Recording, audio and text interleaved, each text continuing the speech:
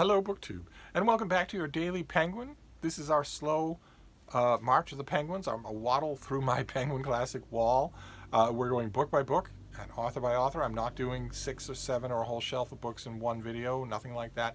These books tend to mean a lot more to me than any other books, so I'm giving them the time and attention that they have always commanded in my own reading experience.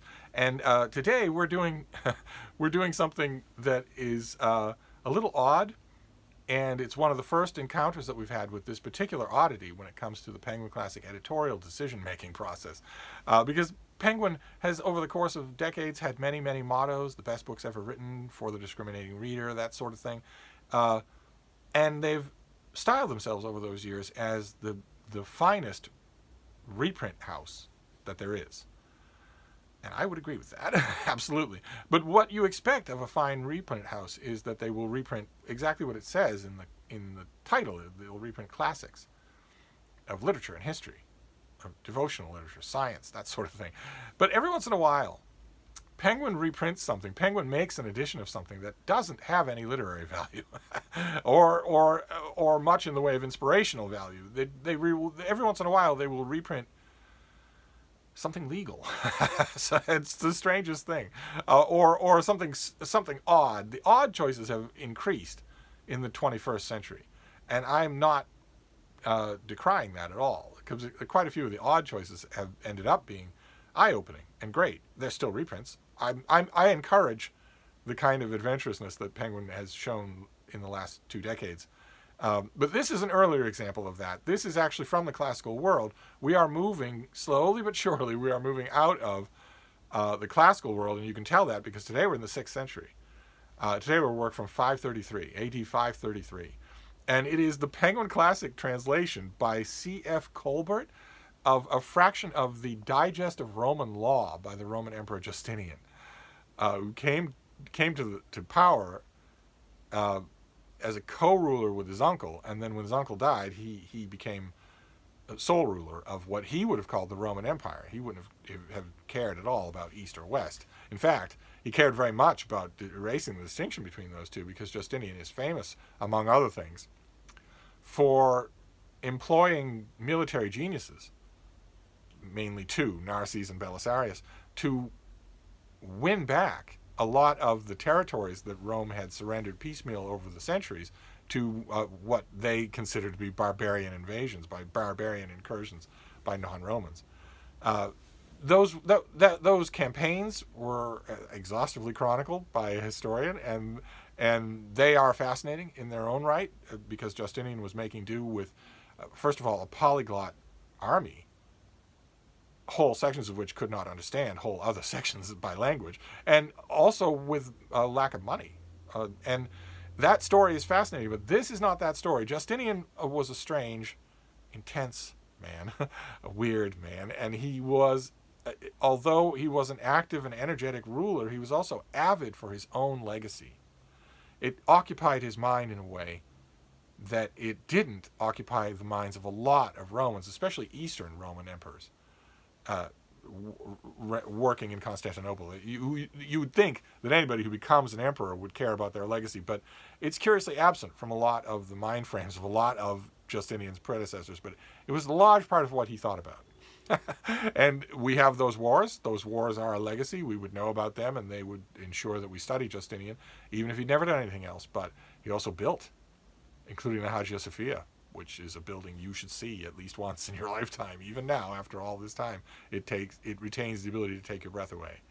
But another element, another monument that he wanted to leave behind him was a legal code, where he, soon after taking over, once his power was assured and he didn't have to worry about knives in the bathtub or anything like that, he set a group of scholars. He gathered a group of legal scholars, 16 people, led by an old and seasoned law expert named Tribonian.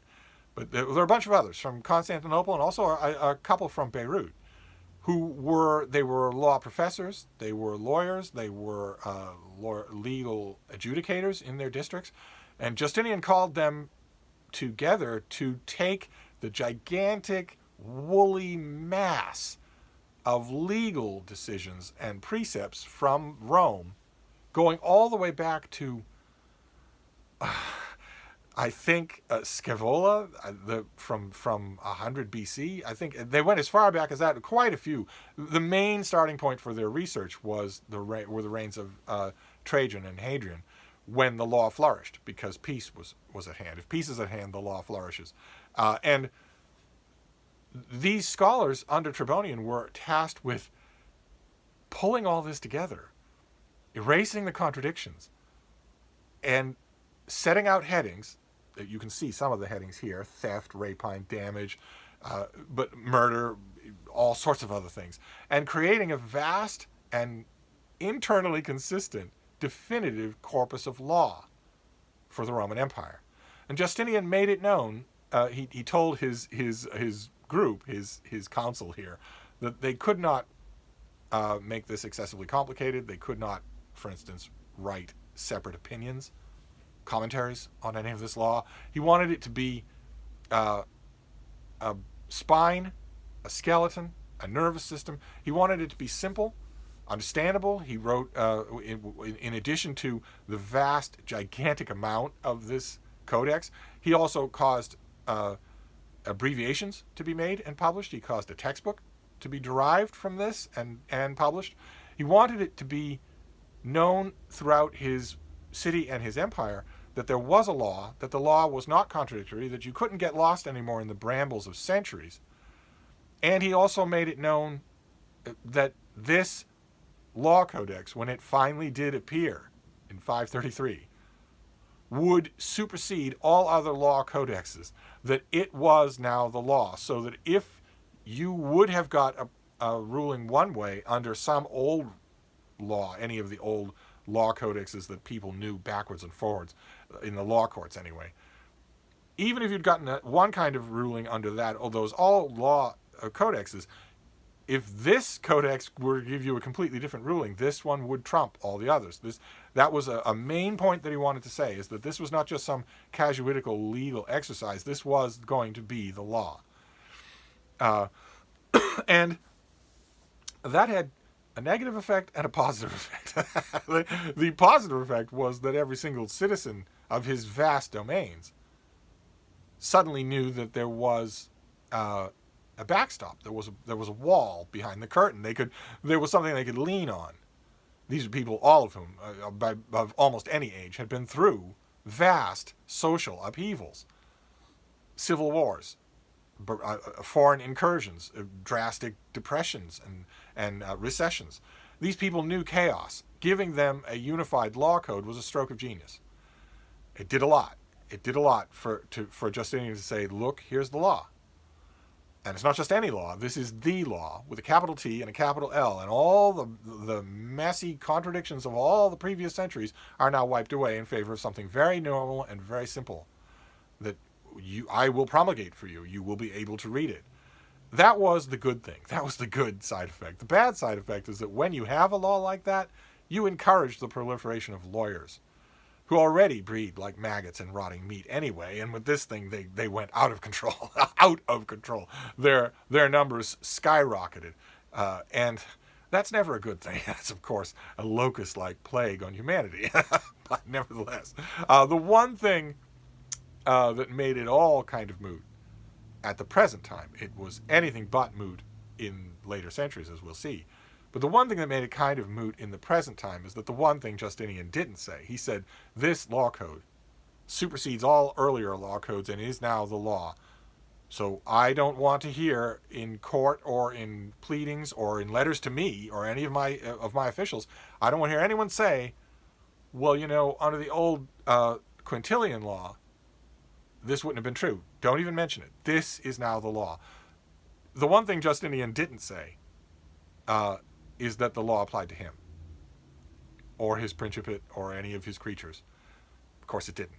His was an Eastern-style autocracy where guests, supplicants in his throne room had to abase themselves. They had to prostrate themselves and crawl along the floor towards his feet and kiss his feet and then be told to rise. Horrible, horrible tyranny. I mean, interesting to study, but let's not lose sight of that. If people who are coming to petition you for something have to crawl like bugs on the floor in order to approach you. Well, anyway, that's the way it was when Justinian made this. It was the law for his people. It wasn't for him. He himself didn't plan on breaking the law, but he was above it, and that's what you get with an autocracy. But in later centuries, this became everything. This was the backbone of so much of the West's legal tradition, so much of it, because you're making a new legal tradition for some pocket principality in the mountains of Germany, and you want to set up a law code. Well, what do you do? If you're a lawyer, an 18-year-old lawyer who studied law for 1 year in Stuttgart, and that's all you have in your whole principle, and you're a little king, you're the king of your little pocket kingdom, wants a law code. You're going to go to Justinian. You've studied him in school. You've got a law code laid out already here. And that was true in the small scale, but it was also very true in the big scale. Cities, whole countries, modeled their legal system, at least in part or sometimes in whole, on the Justinian Codex. So this has cast a very, very long shadow, an intensely important book. But it's a series of legal codexes. It's not an interesting reading experience unless you're interested in 6th century Rome as a time.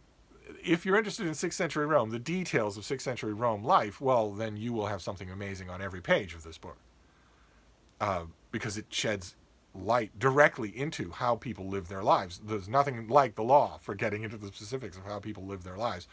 I think it's a little bit of a burden to place on readers to say that you have to be interested in the daily socioeconomic details of the 6th century in order to read a book. That's a little bit of a burden. That's a little bit much of an ask. And this book does ask it. Who was this guy again? C.F. Colbert's translation is good, but I don't mean to sound poncy, but up to a certain point, once you reach a certain proficiency, this is not that difficult stuff to translate. There's no artistic element to it at all. There was never any linguistic genius. Tribonian was a genius, and he and his subordinates on this panel did fascinating, fantastic work. It was a bit of an organizational mismatch. You can, if you see the whole of the Codex now and try to read through it, you will see, especially lawyers would see in a minute, that it's a bit of a mess in terms of cross-referencing, in terms of knowing if there's a ruling in this part, how does it impinge on rulings in this part and whatnot. Again, I would point out that the whole of it taken together has the lamentable side effect of calling for more lawyers. But if you are interested in those details, you will get a lot of them. Virtually every page of this. I want to read you a bit of what I'm talking about here. Let's see here. Okay, well this is the section concerning theft. One small part of the section concerning theft. If I hire your services to clean my clothes, and without my knowledge or even against my will you lend them to Titius, and then they are stolen from Titius, you have a right to sue the thief because you are liable for their safekeeping. And I have a right to sue you because you should not have lent them, and by doing so you committed theft. This is a case where a thief can sue for theft. If you can wrap your head around that. When do we get another one here? Let's see here. If a slave is wounded, but not mortally, and he dies of neglect, the action will be for wounding, not for killing. Slavery is all through this book. It is a background feature. It is never addressed as to whether or not it should exist. It's just, there's quite a bit in here on slavery. Let's see here. If a pruner threw down a branch from a tree and killed a slave passing underneath, the same applies to a man working on a scaffold. He is liable only if it falls down in a public place and he failed to shout a warning so that the accident could be avoided. But Mucius says that even if the accident occurred in a private place, an action can be brought if his conduct is blameworthy. And he thinks there is a fault when what could have been foreseen by a diligent man was not foreseen, or when a warning was shouted too late for the danger to be avoided. Following the same reasoning, it does not matter whether the deceased was making his way through a public or private place, as the general public often make their way across private places. But if there is no path, the defendant should be liable only for positive wrongdoing, so he should not throw anything at someone he has seen passing by. But on the other hand, he is not to be deemed blameworthy when he could not have guessed that someone was about to pass through the place. So you see what I mean? If you're interested in what was the kinds of daily goings on in Justinian's world, you will get a lot of that in this Penguin volume. If you're not interested in that, that's what you're going to get. Page after page after page of that. If this, then that. Under these circumstances, you can do this. Under these circumstances, you can't. It's a law code. So it's an illustration of that odd choice that sometimes crops up in Penguin Classics, where you will get a book that is absolutely essential, but maybe not literature. And this is certainly not literature. It casts an enormously long shadow, in some ways as long as the Bible. But who'd want to read it? is the question, I guess, that I'm asking. And although I can't complain about the translation, I can very much complain about the edition. Look at how small this thing is. Look at how small that is. The Codex of Justinian, if you're going to say in your introduction, or if you're going to underscore in, a lecture or whatnot, how important this book is to all of Western history, then why not present more of it? Or let's say all of it. All of it would be an enormous book. Why not do that? Are you going to think that this is more readable? I understand the reason in some sense. Penguin Classic caters to schools. They cater to college courses. I could easily see that something like this would be a neat add-on to a history of law course or Law 101 or something like that. But even so, there should be a lot more of this than this. This is tiny, and it shouldn't be. Whether you want to read it for those daily details of 6th century life, or whether you want to know about how you codify legal thinking, that had never been done in a more extensive version than this in the history of the West. Justinian was the first to do it at this kind of an extent, to call for it, and he was a taskmaster. He wasn't a legal scholar himself, but he was a weird genius, and he was a taskmaster. He wanted the finished product to be exactly as he envisioned it. And this is a bare fraction of that. So ideally, I do recommend it if you're interested in the time period, or if you're interested in the history of law. But I, even so, wish that this were 4 times as long. I wish there were a big, chunky Penguin. But at least we're not arguing about literary merits. So that's a nice change. So we'll move on from this, and I'll bet those of you who know the name Justinian can probably guess where we're going to go next. and believe you me, although we will not be, once again, talking about any kind of high literary merit, we'll be talking about a winner of a thing. This thing is not particularly readable. We're going to go from not particularly readable to epically readable. We'll do that tomorrow. So I will wrap this up for now, and I will see you then. Thank you, BookTube.